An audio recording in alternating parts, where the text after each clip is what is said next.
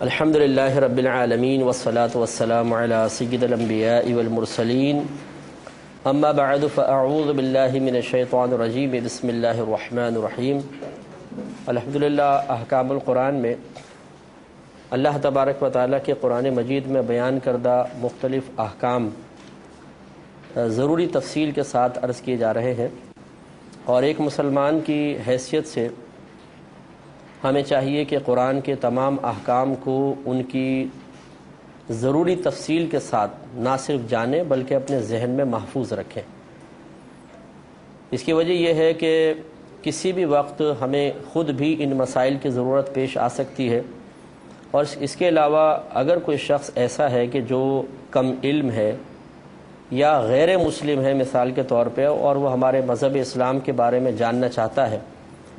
تو قرآن پاک میں بیان کردہ احکام اسے بیان کرنا یقینی سی بات ہے کہ اسلام کی بہترین تعلیم کو اس کے سامنے رکھنا ہے، کیونکہ اللہ تبارک و تعالیٰ نے قرآن عظیم میں جو کچھ بیان فرمایا وہ بہت ہی معتدل اور بہت ہی معاشرتی اعتبار سے اور دیگر تمام امور کے اعتبار سے بہت بہترین ہے، جس کو سننے کے بعد یقیناً ایک شخص کے دل میں اسلام کی محبت بیدار ہو سکتی ہے۔ اب ہمارا المیہ یہی ہے کہ ہم قرآن مجید پڑھتے ضرور ہیں، لیکن صرف اب عربی عبارت پر اکتفا کرتے ہیں، یا زیادہ سے زیادہ کبھی جوش چڑھتا ہے تو وہ بھی خود نہیں بلکہ میڈیا پہ کبھی کوئی جیسے فرمان الہی وغیرہ کو ایسا پروگرام آ رہا ہو اور اس میں قراءت کے ساتھ ساتھ ترجمہ بھی بیان کیا جا رہا ہو تو ترجمہ فقط سن لیتے ہیں، اور اس ترجمے سے پھر کیا نتائج اخذ ہوتے ہیں وہ اللہ ہی بہتر جانتا ہے، کہ بعض تو صرف ترجمہ سن کے ہی اس کو بس بھول جاتے ہیں، اور بعض اس سے اپنے طور پہ نتائج مرتب کرتے ہیں جس سے یقیناً صحیح اللہ تبارک و تعالیٰ کے مقصود تک پہنچنا ممکن نہیں ہے۔ خلاصہ کلام یہ ہے کہ ہر دفعہ ہم تھوڑی سی اہمیت احکام قرآن کی اس لیے عرض کر دیتے ہیں کہ ان احکام کو نظر انداز کرنے والا، معمولی سمجھ کے چھوڑنے والا اور ان سے مکمل طور پہ اکتساب فیض نہ کرنے والا ہو سکتا ہے کہ دنیا میں بھی بہت زیادہ پچھتائے، کئی مقامات پر اس کو پچھتانے کا موقع ملے، اور ورنہ آخرت میں تو حسرت ضرور ہوگی۔ تو اللہ تبارک و تعالیٰ کا بڑا کرم ہے کہ اس نے ہمیں ایک موقع دیا کہ اس پروگرام میں ہم جتنے بھی قرآن مجید کے احکام ہیں حتی الامکان کوشش کریں گے کہ سب احکام کو اس پروگرام میں شامل کیا جائے۔ اب جو حکم انشاءاللہ ہم بیان کریں گے وہ چند حرام چیزوں کے بارے میں ہے جس کو اللہ تبارک و تعالیٰ نے لوگوں پر ان کا استعمال، ان کا کھانا حرام قرار دیا ہے۔ لیکن جیسے کہ پہلے بھی آپ کو بتایا تھا کہ قرآن مجید میں بیان کردہ احکام اجمالی ہیں، تفصیل کے ساتھ نہیں بیان کیے گئے۔ تفصیل پھر موقوف ہوتی ہے نبی کریم صلی اللہ علیہ وسلم پر، آپ اس کی کچھ تفصیل بیان فرماتے ہیں، کبھی صحابہ کرام علیہم رضوان تفصیل بیان کر دیتے ہیں، اور کبھی پھر اگر اس میں پھر بھی کوئی ایسی تشنگی یا کمی محسوس ہوتی ہے جو یقیناً مشیت الہی یہی تھی کہ بعد میں آنے والے مجتہدین غور و تفکر کرنے کے بعد اس بظاہر نظر آنے والی تشنگی کو دور کریں، اور اجتہاد کی جو انہوں نے محنت کی ہے، کوشش کی ہے قرآن سے مسئلہ نکالنے کی، اس محنت کو ان کو ثواب بھی ملے، اجر بھی ملے، اور اس طرح قیامت تک یہ اجتہاد کا سلسلہ جاری رہے۔ تو پھر فقہائے اسلام ہوتے ہیں کہ جو یہ محسوس کرتے ہیں کہ اس مقام پر کچھ تفصیل مزید ہونی چاہیے تو وہ معتد بہا تفصیل بیان کر دیتے ہیں۔ یہ سورہ بقرہ کی آیت نمبر 173 میں بھی اللہ تبارک و تعالیٰ نے کچھ حکم بیان فرمائے ہیں، یعنی بعض چیزوں کو حرام قرار دیا ہے، اور ایک مسلمان کو یقیناً یہ بات معلوم ہونی چاہیے کہ کیا کیا چیزیں حرام ہیں اور ان کے متعلق ضروری تفصیل کیا کیا ہے۔ چنانچہ سورہ بقرہ آیت نمبر 173 میں اللہ تعالیٰ نے ارشاد فرمایا کہ انما حرم علیکم المیتۃ والدم ولحم الخنزیر، محض حرام فرمایا اللہ تبارک و تعالیٰ نے تم پر مردار کو اور خون کو اور خنزیر کے گوشت کو، وما اہل بہ لغیر اللہ، اور اس کو کہ پکارا گیا ہو اس پر اللہ کے غیر کو، فمن اضطر غیر باغ ولا عاد، پس جو شخص مجبور ہو اس حال میں کہ وہ بغاوت کرنے والا نہ ہو اور حد سے تجاوز کرنے والا نہ ہو، فلا اثم علیہ، تو اس پر کوئی گناہ نہیں ہے، ان اللہ غفور الرحیم، بے شک اللہ تبارک و تعالی بہت بخشنے والا مہربان ہے۔ یہ لفظی ترجمہ ہے، اس میں اللہ تبارک و تعالی نے اس آیت کریمہ کو انما سے شروع فرمایا۔ جو عربی لغت جانتے ہیں انما کلمہ حصر کہلاتا ہے۔ جب کسی حکم کو کچھ ذوات کے ساتھ کچھ افراد کے ساتھ خاص کرنا مقصود ہوتا ہے تو پھر انما کا لفظ لایا جاتا ہے۔ جیسے ہم یوں کہیں کہ انما زید جاء، محض زید آیا، تو اس کا مطلب یہ ہوگا کہ ہم آنے کا حکم یا آنے کی جو خبر دے رہے ہیں اس کو ذات زید کے ساتھ مقید کرنا چاہتے ہیں، اور جب اس کے ساتھ مقید کر دیں گے تو باقی تمام لوگوں کی نفی ہوگی کہ اور کوئی نہیں آیا، صرف زید آیا۔ یعنی جب آپ یہ بتانا چاہیں کہ صرف زید آیا ہے، اس کے علاوہ کوئی نہیں آیا، تو پھر یہ کلمہ حصر استعمال ہوتا ہے کہ انما زید جاء، کہ محض زید آیا ہے۔ تو اس استعمال کے تقاضے کے مطابق تو یوں ہی محسوس ہوتا ہے کہ اللہ تبارک و تعالی نے یہاں پر جتنی چیزوں کا بیان فرمایا فقط یہی ہم پر حرام ہیں، ان کے علاوہ اور چیزیں حرام نہیں ہیں۔ لیکن مفسرین کرام نے اور خصوصاً امام فخر الدین رازی صاحب رحمۃ اللہ علیہ نے تفسیر کبیر میں واضح طور پہ بیان فرمایا کہ اس سے مراد یہاں پر جو انما کا لفظ استعمال ہوا یہ اپنے اصل معنی میں مستعمل نہیں ہے، حصر پیدا کرنا مقصود نہیں ہے۔ یعنی اللہ تبارک و تعالیٰ کا مقصود یہ نہیں ہے کہ وہ یہ بتانا چاہے یا اس کی مشیت یہ ہے، اس مقام پہ یہ ارادہ یہ ہے کہ صرف یہی چیزیں تم پر حرام ہے، اس کے علاوہ نہیں، بلکہ یہاں پر انما اپنے اصل معنی کے علاوہ استعمال ہو رہا ہے، چنانچہ اس کے علاوہ بھی اور بہت ساری چیزیں ہم پر حرام ہوں گی۔ تو یہاں حصر مقصود نہیں ہے، پہلی بات تو یہ۔ دوسرا اللہ تعالیٰ نے فرمایا کہ حرام کیا اس نے تم پر مردار کو۔ تو جس چیز کو اللہ تعالیٰ خود صراحتاً حرام فرما دے اس کا استعمال یقینی سی بات ہے کہ گناہ کبیرہ ہوگا، بشرطے کہ اللہ تبارک و تعالیٰ یا اس کے رسول کریم صلی اللہ علیہ وسلم نے کہیں کسی مقام پر اس کی اجازت مرحمت نہ فرمائی ہو، کیونکہ حرام کا ارتکاب گناہ کبیرہ ہے۔ اور قرآن کے اندر جب کسی کو قطعی طور پہ حرام قرار دے دیا جائے تو اس کی حرمت کا انکار کرنا کفر ہوتا ہے۔ لہٰذا اب اگر کوئی کہے کہ میں مردار کو حلال مانوں گا، خنزیر کے گوشت کو حلال مانوں گا، یا خون کو میں حلال مانوں گا، تو وہ شخص دائرہ اسلام سے یقیناً خارج ہو جائے گا، مرتد ہو جائے گا، کیونکہ اس نے قرآن کے ایک صریح حکم کی نافرمانی کی ہے۔ اس سے یہ بات واضح ہوتی ہے کہ فقہائے اسلام جب قرآن کی کسی آیت میں نگاہ فرماتے ہیں اور بعض چیزیں جو واضح طور پہ اللہ تعالیٰ نے حرام فرمائی انہی میں سے بعض چیزوں کو باہر نکالتے ہیں کہ یہ حرام ضرور ہیں لیکن یہ حلال ہیں، تو اس وقت وہ کس قدر احتیاط کے ساتھ حکم لگاتے ہوں گے، کتنی گہری تحقیق کرتے ہوں گے، اس کے لیے کتنی دقت نظری درکار ہوگی، اور کتنی محنت، کتنا تقوی، کتنی احتیاط، کتنی پرہیزگاری درکار ہوگی، یقیناً ایک عام انسان بھی اس کا تھوڑا بہت اندازہ کر سکتا ہے۔ تو اس کا انشاءاللہ بھی جیسے آگے تفصیل بیان ہوگی تو پھر اندازہ ہوگا کہ واقعی امام اعظم، امام شافعی، امام مالک، امام احمد بن حنبل رضی اللہ تعالی عنہم نے کتنی احتیاط کے ساتھ، کتنے محتاط طریقے سے احکام اخذ فرمائے ہیں، اور یہ واقعی انہی کا حصہ ہے۔ اللہ تو اللہ تعالیٰ نے یہاں پر ان چیزوں کو حرام فرمایا، تو اس کا مطلب یہ ہے کہ ان کو استعمال نہیں کر سکتے۔ اگر حلال سمجھ کے کریں گے تو کافر و مرتد ہو جائیں گے، اور حرام سمجھ کے ہی کوئی کرے گا تو گناہ کبیرہ کا مرتکب ہوگا۔ ہاں اگر کوئی خود صورت شریعت استثناء فرما دے، اس کو اس حکم سے باہر رکھ دے، تو اس صورت میں اگر کوئی استعمال کرے گا تو وہ جائز ہوگا، اور وہ جوازی صورتیں بھی انشاءاللہ بھی آگے آئیں گی۔ اس میں سب سے پہلے المیتہ کا لفظ ہے، میتہ کا اردو ترجمہ ہے مردار۔ مردار کا مطلب ہوتا ہے کہ ہر وہ جاندار کہ جس کی روح اس سے اس طرح جدا ہوئی ہو کہ اسے شرعی طور پر ذبح نہ کیا گیا ہو۔ شرعی طور پر جو ذبح کے بغیر کسی جانور کی روح اگر اس کے جسم سے جدا ہو جاتی ہے تو وہ مردار کہلاتا ہے۔ اور شرعی طور پر ذبح کے لیے چند شرائط ہوتی ہیں، لوازمات ہیں۔ مثال کے طور پہ ذبح کرنے والا مسلمان ہو یا پھر اہل کتاب میں سے ہو، کیونکہ جیسے بھی آگے بحث آئے گی کہ اہل کتاب کا ذبیحہ خود اللہ تبارک و تعالیٰ نے قرآن عظیم میں جائز قرار دیا ہے۔ اہل کتاب سے مراد یہودی یا عیسائی ہیں، لیکن وہ یہودی یا عیسائی کے جو واقعی اللہ تبارک و تعالیٰ کو اپنا معبود مانے، کسی نہ کسی نبی پر ایمان لائیں اور کسی آسمانی کتاب کے حق ہونے کا اعتراف کرتے ہوں، اگر ایک شخص ہے وہ اپنے آپ کو کرسچن کہتا ہے یا یہودی کہتا ہے، لیکن وہ اللہ تعالیٰ کے وجود کا ہی منکر ہے، اللہ تعالیٰ کے وجود کو ہی نہیں مانتا، اب چاہے وہ گلے میں سلیب لٹکائے، چاہے وہ اپنے آپ کو کرسچن یا یہودی کہتا رہے، وہ حقیقتاً ملحد ہے، بے دین ہے،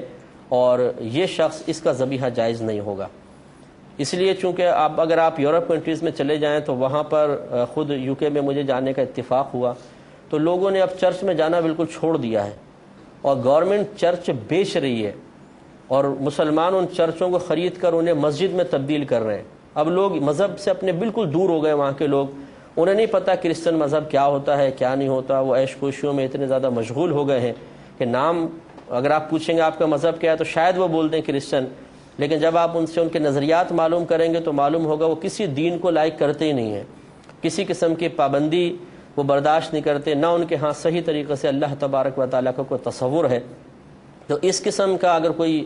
اہل کتاب میں سے شخص ہمارے سامنے ہو تو بہرحال اس کا ذبیحہ جائز نہیں۔ اس لیے محتاط مسئلہ یہ ہے کہ ذبح شرعی متحقق ہونے کے لیے بہتر یہ ہے کہ صرف مسلمان کا ہی انتخاب کیا جائے، غیر مسلم کو ذبح کی اجازت نہ دی جائے۔ تو ایک تو مسلمان ہو، دوسرا پھر ذبح کا شعور رکھتا ہو، بالغ ہونا تو شرط نہیں لیکن ذبح کا شعور رکھتا ہو، لہذا ایسا نابالغ بچہ کہ جسے پتہ ہی نہیں کہ ذبح کیا ہے اور وہ غلط طریقے سے ذبح کر دے تو پھر ایسے بچے سے ذبح کروانا جائز نہیں، کیونکہ ہو سکتا ہے وہ رگ وغیرہ ادھر ادھر کاٹ دے، صحیح کاٹے نہ کاٹے، تو اس لیے کم از کم ایسا شخص ہونا چاہیے کہ جو ذبح جانتا ہو۔ تیسرا یہ کہ اس ذبیحہ پر یعنی اس جانور پر بوقت ذبح اللہ تبارک و تعالیٰ کا نام ذکر کیا گیا ہو، جو ہمیں شرعی تعلیم یہ ہے کہ بسم اللہ اللہ اکبر کہا جائے، اور اتنی آواز سے کہا جائے کہ اپنے کان اپنی آواز کو سن لے۔ اور چوتھا یہ کہ جب ذبح کیا جائے تو 4 رگیں کٹنی چاہیے، ایک کھانا پانی کی ہے، ایک سانس کی ہے، اور 2 خون کی رگیں ہوتی ہیں۔ یہ 4 رگیں کٹیں گی تو پھر وہ جانور شرعی طور پہ ذبیحہ کہلائے گا، اور اب وہ مردار کی تعریف سے باہر ہوگا۔ لہٰذا ان میں سے کوئی ایک بھی اگر شرط مفقود ہو تو پھر وہ حقیقتاً حلال نہیں ہے بلکہ مردار کہلائے گا۔ مثال کے طور پر خود ہی طبعی موت مر گیا تو یقینی سی بات ہے کہ ذبح تو کیا ہی نہیں گیا، یا کسی نے گلا گھونٹ کے مار دیا، یا ڈنڈا مار کے ہلاک کیا، یا جانور اوپر سے گر کر ہلاک ہو گیا، یا کسی غیر مسلم نے جانور کو ذبح کیا، یا جانور ذبح کیا اور جان بوجھ کر بسم اللہ اللہ اکبر نہ پڑھا، ہاں بھول گیا تو یہ معاف ہوتا ہے کہ بھول کو نبی کریم صلی اللہ علیہ وسلم نے اللہ تبارک و تعالیٰ کی طرف منسوب کر دیا۔ جیسے کہ ایک صحابی حاضر ہوئے کہ رسول اللہ صلی اللہ علیہ وسلم میں نے حالت روزہ میں بھولے سے کھا پی لیا ہے، تو نبی کریم صلی اللہ علیہ وسلم نے ارشاد فرمایا کہ تم اپنا روزہ پورا کرو اس لیے کہ تجھے اللہ تبارک و تعالیٰ نے کھلایا پلایا ہے۔ گویا کہ جب انسان بھولے سے کوئی فعل کرتا ہے تو نبی کریم صلی اللہ علیہ وسلم نے اسے منسوب کر دیا اللہ تبارک و تعالیٰ کی طرف۔ اس لیے اگر کوئی مسلمان بوقت ذبح بھولے سے بسم اللہ الرحمن الرحیم پڑھنا بھول گیا، اس کو یاد نہ رہی، تو گویا کہ وہ اللہ تبارک و تعالیٰ کی طرف سے ذکر ہو گیا۔ لیکن جان بوجھ کر اگر کسی نے اللہ کا نام ذکر نہ کیا یا کسی اور کا غیر اللہ کا نام ذکر کر دیا تو وہ جانور مردار ہو جائے گا۔ اسی طریقے سے اگر اس نے ذبح تو کیا بسم اللہ اللہ اکبر کہہ کر کیا، لیکن 4 رگیں نہ کاٹیں اور تھوڑا سا بس یوں کاٹ دیا، یا 2 رگیں کٹیں 2 نہیں کٹیں، یہ اکثر فقہ نے فرمایا کہ اگر 3 رگیں بھی کٹ جائیں تو ذبیحہ ہو سکتا ہے، لیکن صحیح یہ ہے کہ 4 رگیں کم از کم، یا 4 کا اکثر حصہ کٹ جائے تو پھر وہ ذبیحہ کہلائے گا۔ تو اس لیے اگر کسی نے اس طرح ذبح کیا کہ رگیں مکمل طور پہ نہ کٹیں تو پھر یہ جانور بھی مردار ہوگا۔ تو یہ مردار کی تعریف ہے کہ مردار وہ جانور ہے کہ جسے ذبح شرعی کے ذریعے ذبح نہ کیا گیا ہو اور اس کی روح بدن سے نکل گئی ہو تو وہ جانور مردار ہے۔ دوسرا خون کے بارے میں ایک اور آیت ہے جس میں اللہ تعالیٰ نے مسفوح کی قید لگائی ہے، تو بہتا خون، تو اس سے جاری خون مراد ہے۔ اور یہ یاد رکھیں کہ یہ جو اللہ تبارک و تعالیٰ نے ان چیزوں کی خاص طور پہ حرمت کو بیان فرمایا، یہ عربوں کے ماحول کے پیش نظر ہے۔ ایک تو وہ مردار کھاتے تھے، جیسے کہ بھی آگے آیت پڑھیں گے تو اس میں وہ لوگ جانور کو مار کے ویسے ہی گلا گھونٹ دیا، ڈنڈا مارا اور پھر وہ کھا لیا کرتے تھے عرب، تو اللہ تعالیٰ نے اس کی ممانعت فرمائی۔ دوسرا عربوں کا یہ طریقہ تھا کہ یہ خون کو بھونتے تھے مخصوص طریقے سے اور پھر بلڈ یہ کھاتے تھے. تو اللہ تبارک و تعالیٰ نے اس کی بھی ممانعت فرمائی کہ بہتا خون ناپاک ہوتا ہے، اس کو استعمال نہ کیا جائے. تیسرا لحم الخنزیر اللہ نے بیان فرمایا، سور کا گوشت. تو مفسرین نے بیان فرمایا کہ بیان تو سور کا صرف گوشت کو اللہ نے حرام قرار دیا، لیکن اس کا مطلب یہ نہیں ہے کہ باقی اعضاء کھانا جائز ہے، بلکہ گوشت کا ذکر فقط اس لیے کر دیا کہ اکثر جب کوئی کھانے کی نیت سے جانور کو ذبح کرتا ہے تو گوشت ہی اس کے پیش نظر ہوتا ہے. ہم اکثر یہ کہتے ہیں جی گوشت کے لیے ہم جانور کاٹ رہے ہیں، ورنہ تو سری بھی ہوتی ہے، پائے بھی ہوتے ہیں، کلیجیاں بھی مقصود ہوتی ہیں، لیکن لفظ گوشت استعمال کر دیا جاتا ہے. تو یہاں پہ بس اسی طرح کثرت استعمال کی بنا پر یا عموماً جو محاورتاً ہم کہتے ہیں کہ جی جانور ہم نے گوشت کے لیے کاٹا، اس طرح محاورتاً لحم الخنزیر ذکر کر دیا گیا، ورنہ خنزیر کی ایک ایک چیز نجس ہے، بالکل ناپاک ہے، جیسے ایک اور آیت ابھی ہم بیان کریں گے تو انشاءاللہ اس میں آ جائے گا. لہٰذا نہ صرف خنزیر کا گوشت کھانا حرام ہے بلکہ ہر چیز حتیٰ کہ اس کے بال تک جو ہے وہ حرام ہے. اللہ کا کلام پڑھا یا رسول نے، اصحاب باصفا کو لکھا یا رسول نے. اور آگے جو بیان فرمایا وما اہل بہ لغیر اللہ، اس کو میں نے پہلے مبہم اس لیے چھوڑ دیا تھا کہ اس پہ تھوڑا سا تفصیلی کلام کریں گے. اس کا لفظی ترجمہ تو یہ ہے کہ وما، اور وہ جو اہلا زور سے پکارا گیا، زور سے نام لیا گیا، بھی اس پر لغیر اللہ اللہ کے غیر کا. تو عرب یہ جتنے بھی مفسرین ہیں، جتنی بھی بڑی اور بہترین اور مستند تفاسیر ہیں، سب نے اس کی یہی تفسیر بیان کی ہے جو میں آپ کی خدمت میں عرض کر رہا ہوں. اور انشاءاللہ آپ اٹھا کے پڑھیں گے تو اس میں سر منہ فرق نہیں ہوگا کہ یہ ان کفار کے بارے میں نازل ہوئی کہ جو اپنے بتوں کے نام پر جانور کو ذبح کرتے تھے اور عین بوقت ذبح اپنے بتوں کا نام بلند آواز سے پکارتے تھے، جیسے لات ہے، منات ہے، عزا تھا. تو یہ بلند آواز سے اپنے بت کا نام پکارتے تھے اور پھر فوراً ذبح کرتے تھے. تو اس لیے یہاں پہ ویسے تو ماں کا لفظ آیا، اور وہ چیز کہ جس پر پکارا، زور سے پکارا گیا ہو اللہ کے غیر کو یا اللہ کے غیر کے نام کو. تو بظاہر تو ایسا لگتا ہے کہ یہاں پہ تمام وہ چیزیں جن پر غیر اللہ کا نام لیا جائے وہ حرام قرار دی جائیں گی، لیکن مفسرین نے اس آیت کے مصداق کو متعین کر دیا ہے قرآن و حدیث کی روشنی میں کہ اس سے مراد صرف وہ ذبیحہ ہے کہ جس پہ بوقت ذبح اللہ تبارک و تعالیٰ کے غیر کا نام ذکر کر دیا جائے. تو یہ کفار کی چونکہ مذمت میں آیت نازل ہوئی، کفار کے اعمال و افعال کی ممانعت ذکر کرنا مقصود ہے، اور اسی ماحول کے تناظر میں اس آیت کو دیکھا جائے گا کہ وہ کیسا ماحول تھا اس وقت، کیا وہ لوگ کیا کرتے تھے. تو احلال، یہ اہلا احلال سے نکلا ہے. احلال کا مطلب ہوتا ہے زور سے کچھ کہنا، اس کو احلال کہتے ہیں. اسی لیے جب محرم تلبیہ بلند آواز سے کہتا ہے تو اس کو محل کہا جاتا ہے، محل بلند آواز سے تلبیہ کہنے والا. تو اس لیے یہاں پر ماں سے مراد اب مخصوص ہم ذبیحہ مراد لیں گے، اور اس سے مراد وہ ذبیحہ یا وہ جانور جس پر بوقت ذبح غیر اللہ کا نام پکارا گیا ہو. جیسے وہ لٹا کر کہتے تھے لات کے لیے یا لات کے نام پر اور ذبح کر دیا، تو یہ جانور حرام ہوگا، اس کا کھانا منع ہے. یہ نہیں ہے کہ اگر آپ نے مثال کے طور پہ جیسے آپ قربانی کا جانور لے کر آئے، اب بھینس لے آئے، گائے لے کر آئے مثال کے طور پہ، کسی نے پوچھا جی کس کی گائے ہے، آپ نے کہا جی چودھری اکرم صاحب کی گائے ہے، تو اب اس جانور پہ آپ نے غیر اللہ کا نام لے لیا تو کیا یہ جانور حرام ہو جائے گا؟ نہیں، یہ تو سبھی لیتے ہیں. تو اس کا مطلب یہ ہوا کہ غیر اللہ کا نام کسی چیز پر لے دینے سے وہ چیز حرام نہیں ہو جائے گی، بلکہ یہ مخصوص ہے اس ذبیحے کے ساتھ جس پر بوقت ذبح غیر اللہ کا نام لیا گیا. معلوم یہ ہوا کہ جب ہم قربانی کے جانور لاتے ہیں خود اس پر غیر اللہ کا نام لیتے ہیں، لیکن وہ مردار نہیں ہوتا، کیونکہ الحمدللہ بحیثیت مسلمان کے ہم قرآن و حدیث کے صحیح مفہوم کو اچھی طرح سمجھتے ہیں کہ اس سے مراد ایسا عمومی معنی نہیں ہے کہ جس چیز پر غیر اللہ کا نام لیں گے وہ حرام ہو جائے گی. اگر معاذ اللہ ثم معاذ اللہ ایسا ہوتا تو زندگی گزارنا مشکل ہو جاتا. جی یہ کپڑے کس کے ہیں؟ اکرم صاحب کے. جی یہ مائک کس کا ہے؟ چودھری صاحب کا. جی یہ گاڑی کس کی ہے؟ فیصل صاحب کی ہے. جی یہ مکان کس کا ہے؟ یہ حامد صاحب کا. تو سب پہ غیر اللہ کا نام آپ لیتے گئے، حرام. اس کا مطلب یہی کہنا چاہیے کپڑے کس کے ہیں؟ اللہ کے. یہ داڑھی کس کی ہے؟ اللہ کی. یہ بیوی کس کی ہے؟ اللہ کی معاذ اللہ. تو کیا سب پہ اللہ کا نام لیں گے؟ تو خود سوچئے کہ یہ ایک احمقانہ صورت ہو جائے گی کہ اگر ہم اس ماں سے ایک عام معنی لے لیں کہ یہاں پہ ہر وہ چیز مراد ہے کہ جس پر غیر اللہ کا نام لیا جائے وہ حرام ہے، اگر یہ مفہوم لے لیا جائے تو پھر تو زندگی گزارنا مشکل ہو جائے گا۔ لہٰذا معلوم یہ ہوا کہ یہاں پر مفسرین کرام کی تفسیر کی روشنی میں صرف وہی ذبیحہ مراد ہوگا کہ جس پر بوقت ذبح غیر اللہ کا نام لیا گیا ہے، اور یہی تمام بزرگان دین نے بیان فرمایا۔ تو یہ دیکھیں، یہ تفسیر خازن والے کہتے ہیں، اس کا معنی بیان کرتے ہیں، یعنی اس سے مراد وہ جانور ہے کہ جسے بتوں اور شیاطین کے نام پر ذبح کیا گیا ہو۔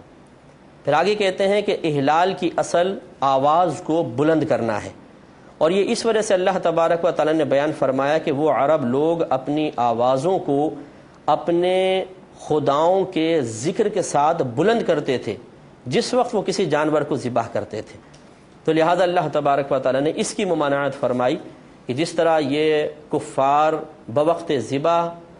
ذبیحہ پر اپنے معبودوں کا نام بلند آواز سے لیتے ہیں، ایسا مت کرو، بلکہ اللہ تبارک و تعالی نے اس کے علاوہ ایک اور طریقہ بیان فرما دیا اپنے حبیب کریم صلی اللہ علیہ وسلم کے ذریعے، اور وہ کیا ہے؟ اللہ کا نام ذکر کرنا۔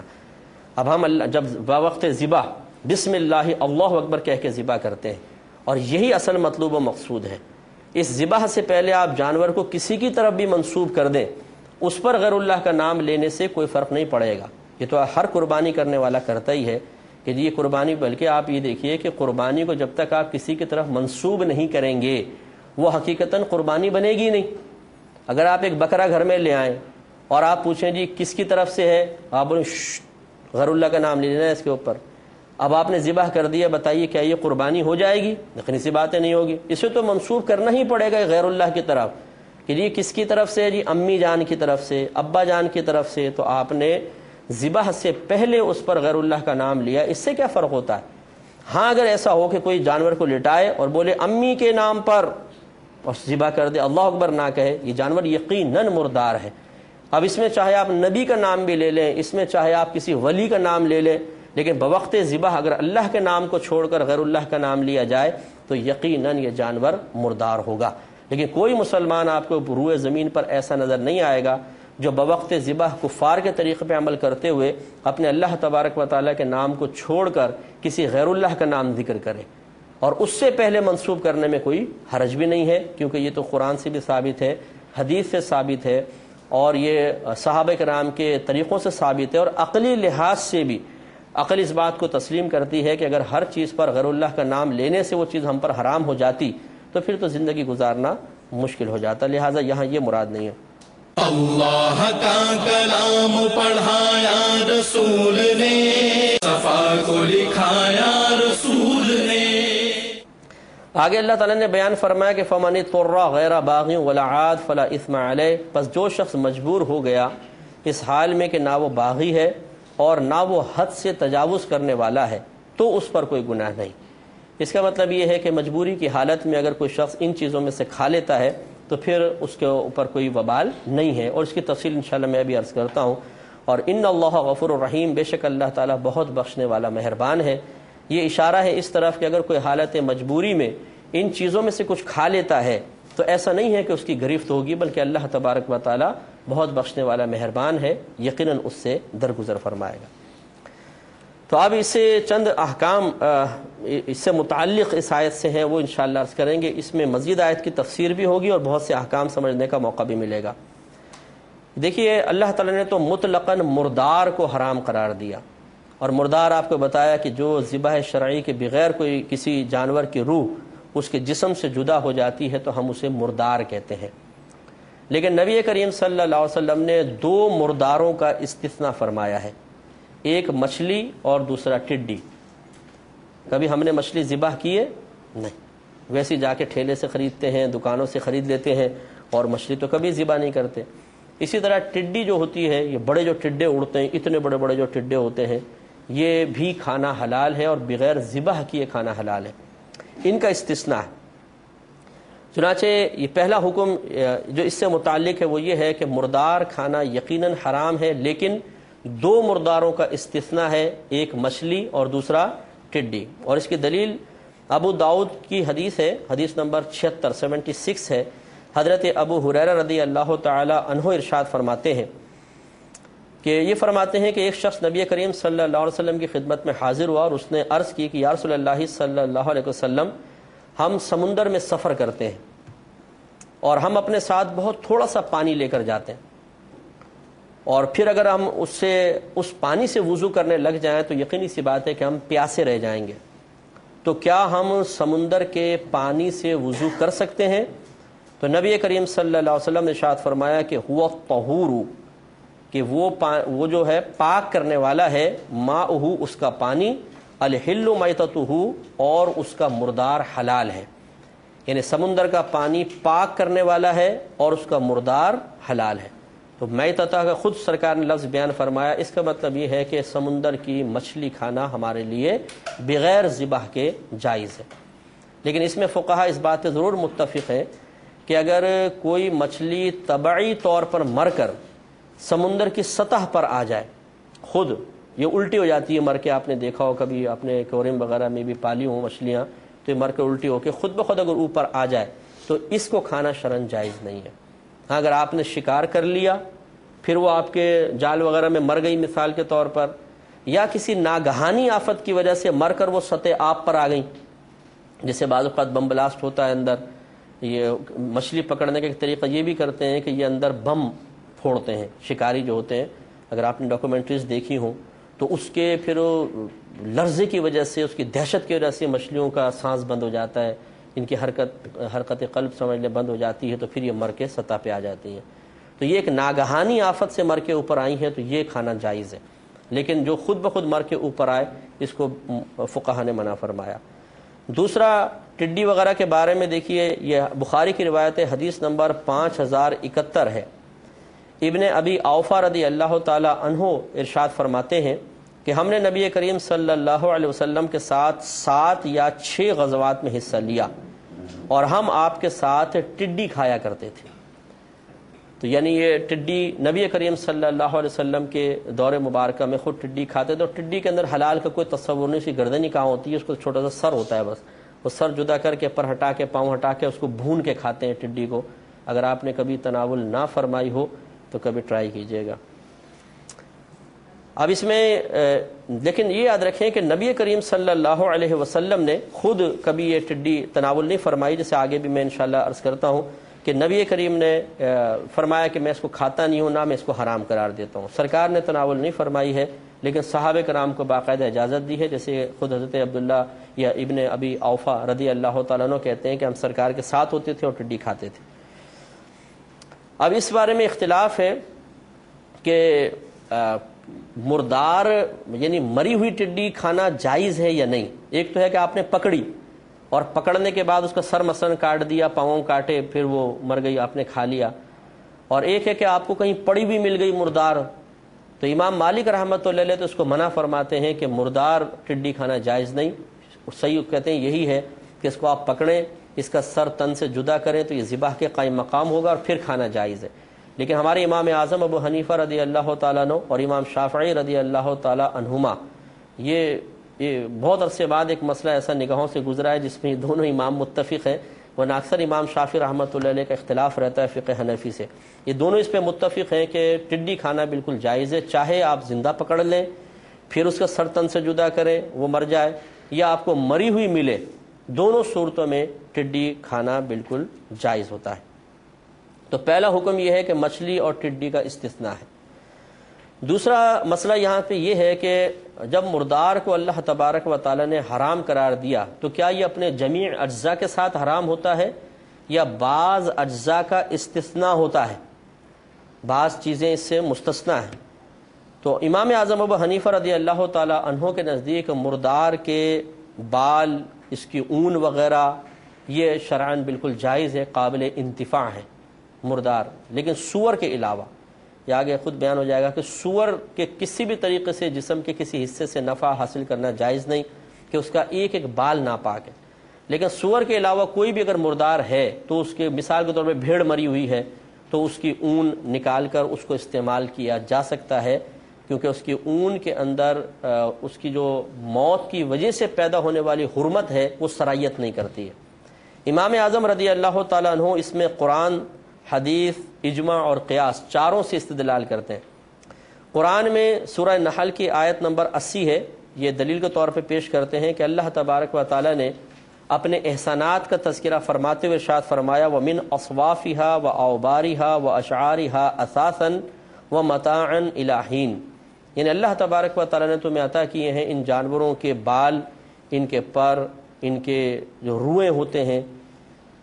اساس کے طور پہ، سامان کے طور پہ، وَمَتَاعًا إِلَىٰ حِينٍ، اور ایک وقت تک نفع اٹھانے کے لیے۔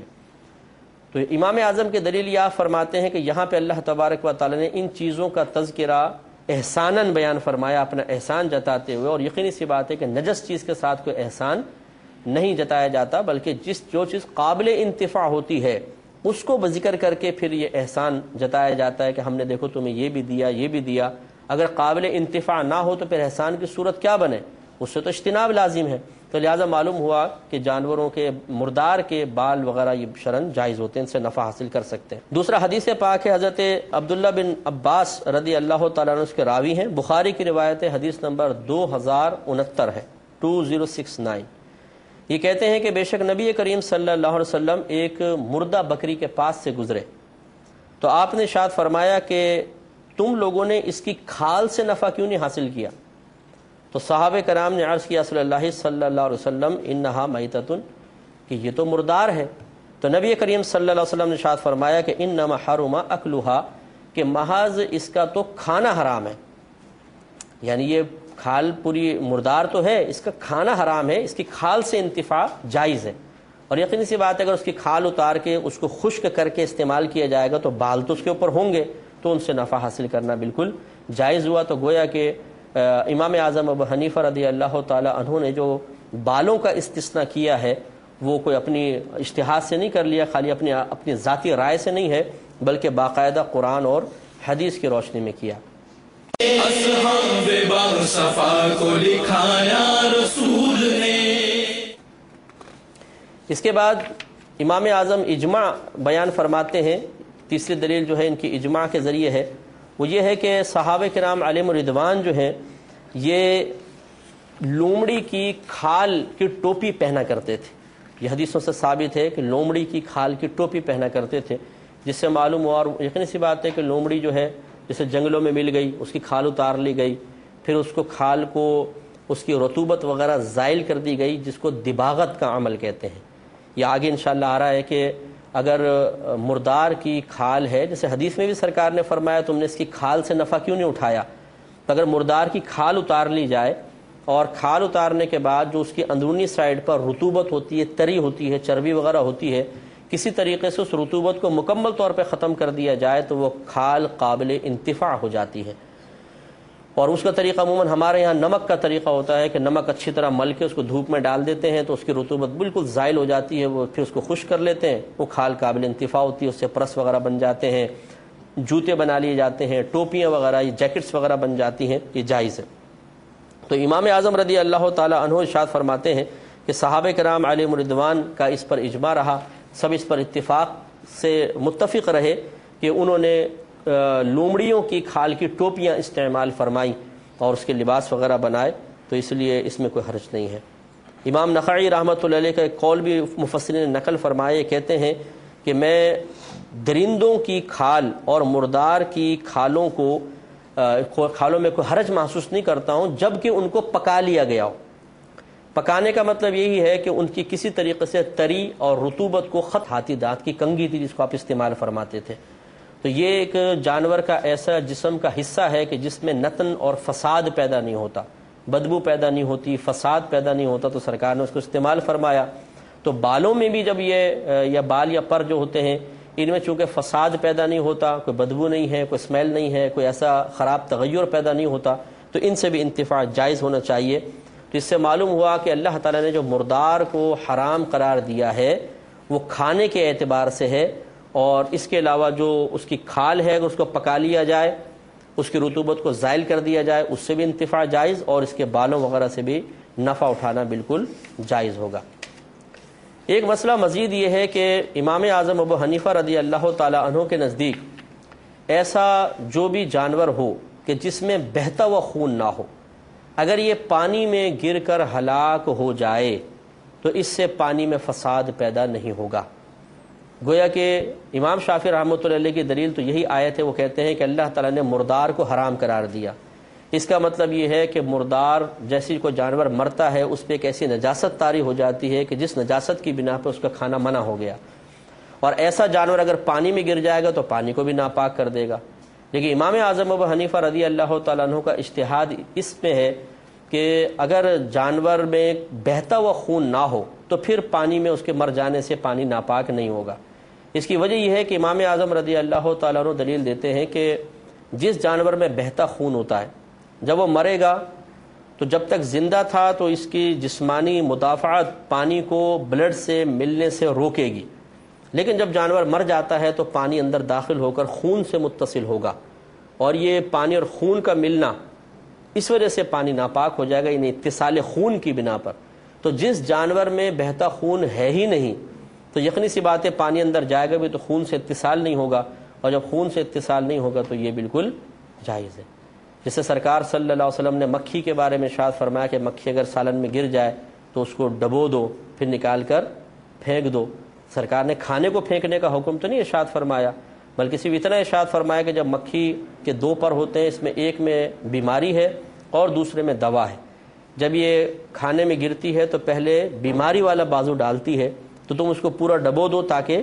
شفا والا جو بازو ہے وہ بھی اندر جائے اور اس کی بیماری کی کاٹ ہو جائے۔ تو اس سے معلوم ہوا کہ ایسے جانور کے جن میں بہتا خون نہیں ہے اگر یہ مر جاتے ہیں تو ایسا نہیں ہے کہ ان پہ ایسی نجاست طاری ہو جائے کہ پانی میں گر کے اس کو فاسد کر دیں، لہٰذا امام اعظم رضی اللہ تعالیٰ عنہ کے نزدیک پانی فاسد نہیں ہوگا، چاہے قلیل ہو چاہے کثیر ہو۔ اور یہ بات ابھی گزری گئی ہے پروں کے ضمن میں، بالوں کے ضمن میں، کہ دباغت سے مردار کی کھال پاک ہو جاتی ہے۔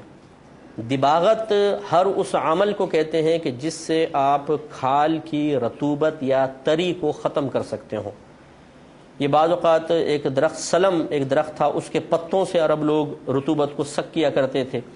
نمک سے بھی ہوتا ہے، دھوپ میں ڈال دینے سے بھی ہو جاتا ہے، اگر اس میں مطلب دھوپ میں اس کو ڈال دیا جائے رطوبت ختم ہو جائے بالکل خشک ہو جائے گی کھال تو یہ قابل انتفاع ہو جاتی ہے۔ اور اس میں ایک خبر واحد ہے لیکن یہ نبی کریم صلی اللہ علیہ وسلم کی حدیث کو خود امام شافعی نے بھی دلیل بنایا اور امام اعظم ابو حنیفہ رضی اللہ تعالی عنہ نے بھی دلیل بنایا کہ نبی کریم صلی اللہ علیہ وسلم ارشاد فرماتے ہیں کہ ایما اہاب دبغا فقط طہرا،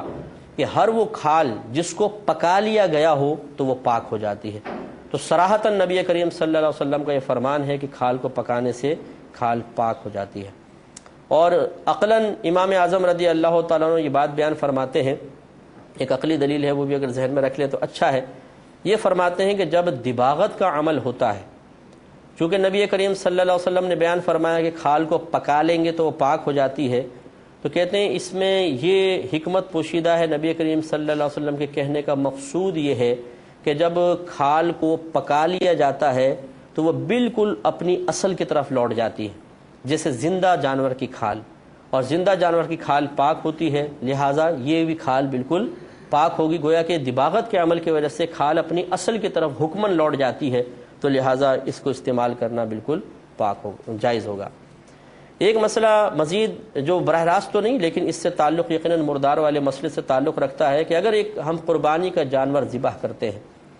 اور اس کے رحم سے ایک بچہ نکل آتا ہے، جیسے حاملہ جانور ہوتے ہیں بسا اوقات، تو اگر وہ بچہ مردہ نکلے تو کیا اس کو کھانا شرعاً جائز ہے یا نہیں؟ امام شافعی رحمۃ اللہ علیہ اس کو کھانا جائز قرار دیتے ہیں، اور آپ کی عقلی دلیل یہ ہے کہ یہاں پر ماں کا ذبح گویا کہ بچے کا بھی ذبح ہے، کیونکہ اس وقت بچہ ماں کے رحم میں ہونے کی وجہ سے ماں کا ایک جز ہے۔ جب ماں کا جز ہے تو آپ دیکھیں جانور سے گردن کاٹتے ہیں، ٹانگیں پھیپڑے گردے سب کھانا، مطلب جو جائز چیزیں ہیں گردوں کو نکال دیجئے کہ بعض استثناء فرماتے ہیں، منع کرتے ہیں، تو جانور کا صرف گلا کاٹتے ہیں، خون بہا پورا جسم کا کھانا جائز۔ تو وہ فرماتے ہیں کہ رحم میں موجود جو بچہ ہے اس وقت ماں کا جز ہے، اور جب ماں کا جز ہے تو ماں کا ذبح کرنا اس کو حلال کر دے گا۔